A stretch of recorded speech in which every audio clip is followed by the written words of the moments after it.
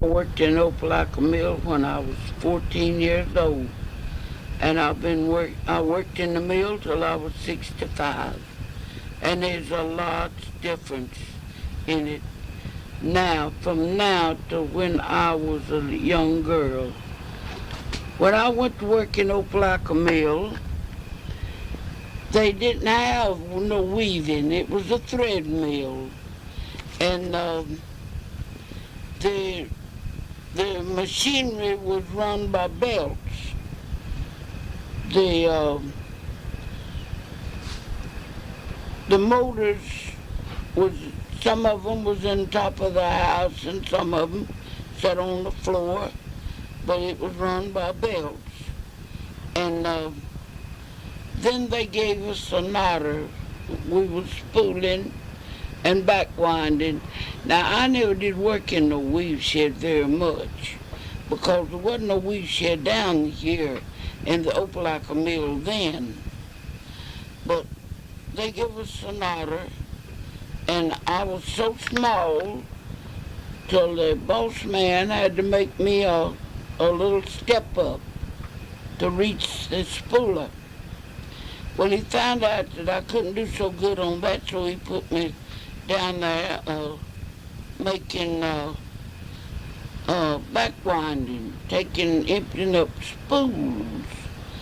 And I decided that I really wanted to work instead of going to school, which I know I was wrong, but still, I wanted to work in the mill. So when the woman had come by to check on the school kids, the boss man would put me over in a box and put a lid on me till the woman left, and then he'd pick me up and set me back down, and I'd go back to my job. And I worked 12 hours a day. I worked from 6 till 6 for $2.50 a week until Saturday night till 9 o'clock. And I'm going to tell you, things has changed now from what it was then. Of course, things wasn't as high as it is now because, you know, it takes time for everything. I'm 81 years old now, and I can't work.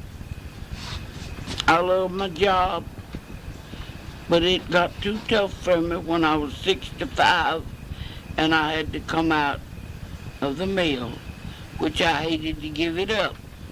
I love my work. I love to do my work, and I'd still be a-working if this old body would just let me, but it won't. So there's a lot of difference in now and then. We all know that.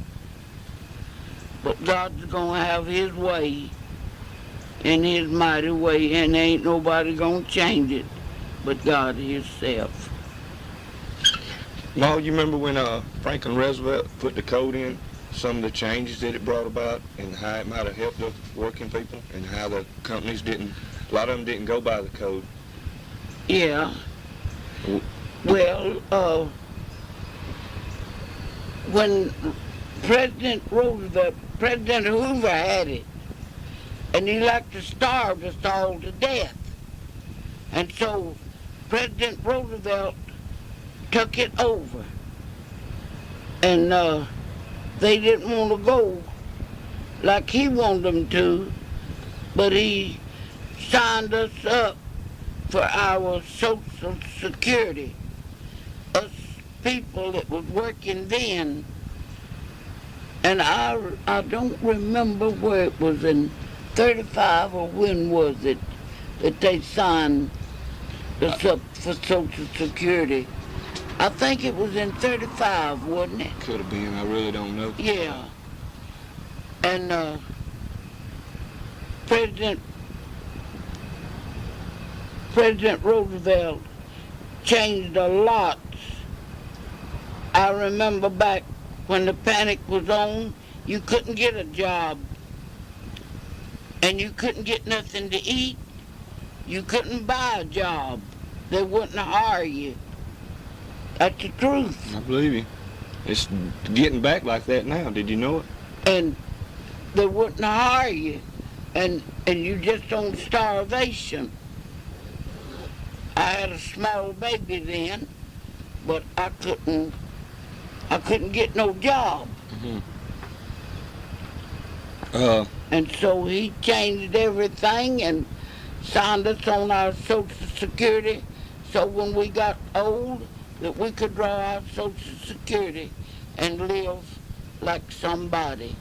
I know you told me that you wasn't working in the mill during that strike, but do you remember anything about it? Some people you might have used to work with that might have been in the strike? No, I wasn't living here then. You wasn't? I was living in Dadeville. Well, did you remember anything from Dadeville that might have happened? No, I sure don't, son. I just don't. Because... Well, you worked at, go ahead. I'm sorry. I said go ahead. I didn't mean to interrupt. I used to work in the valley. That's when I signed up in Lynette, Alabama. That's where I signed up for my Social Security. I lived there 11 years, and that's when President Roosevelt took it over. And that's where he was living when he died, when I was living up there when he died. Well, you remember some of the, like, when you come back to work in the mill, because of the code, some of the changes that might have been better in the mill? It was better. Well, can you think of anything in particular, like shorter hours or? Yeah. Then he put us on first, second, and third shift.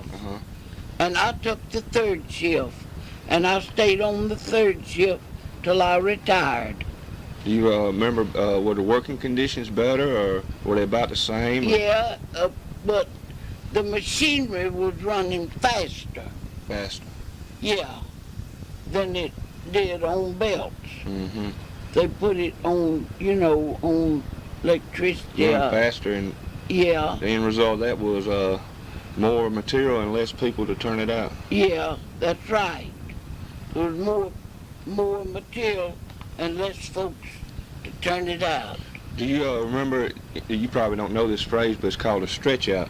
It's where they, like say like you're running spinning frames and you're running, just say for the sake of argument, you're running 4 frames, and then all of a sudden they lay this person off beside you and make you run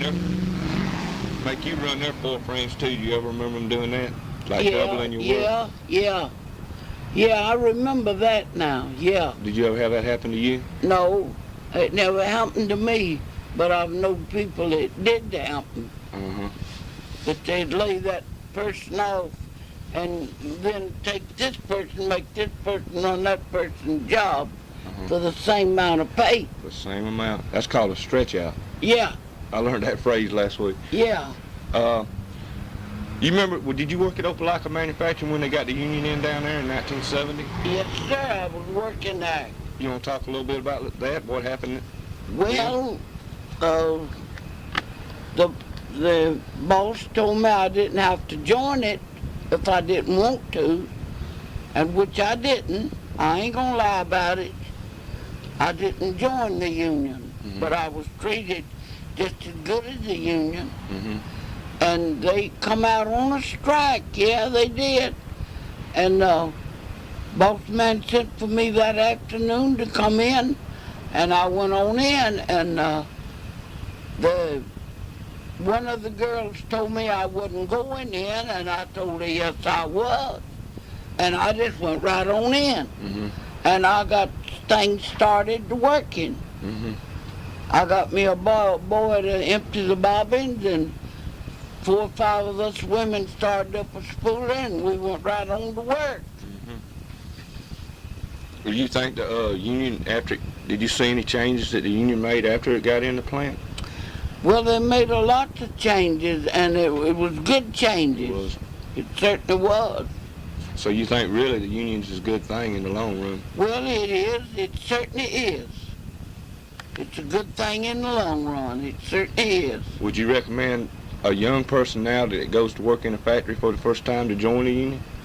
Well, if he wanted to, that would be up to him. Yeah. What I'm trying to find out is, what do you think about it? You know, do you think it's better? Like you chose not to, which, I mean, you know, this is a free country and it's your right. That's right. It's your right. But do you think it would be better for him, you know, to get better working conditions and, you know, fair pay and be treated with respect by management to join a union, or not to have a union? Well, I don't know now. I'm going to leave that up to them. I was just saying, like, if you know what you know now, and after you've seen the positive changes that the union made in Opelika manufacturing, would you think you might have joined then or not? After you find, you know, like the old saying, if I knew then what I know now. Well, I don't know about that now. Be honest now. Well, I'm trying to be honest, but the union is something good to have. I know that. Yeah. It helps a lot of people. It certainly do. I know I don't know if you remember, I lost my job last year. And they got my job back for me. Yeah. A union is all right. Yeah. I believe in it. That's good. I do. Okay. Well, thank you, Ma. And believe me, this will help us in our study a lot. Okay. Anything you want to say before we close? No, God bless everybody. That's good.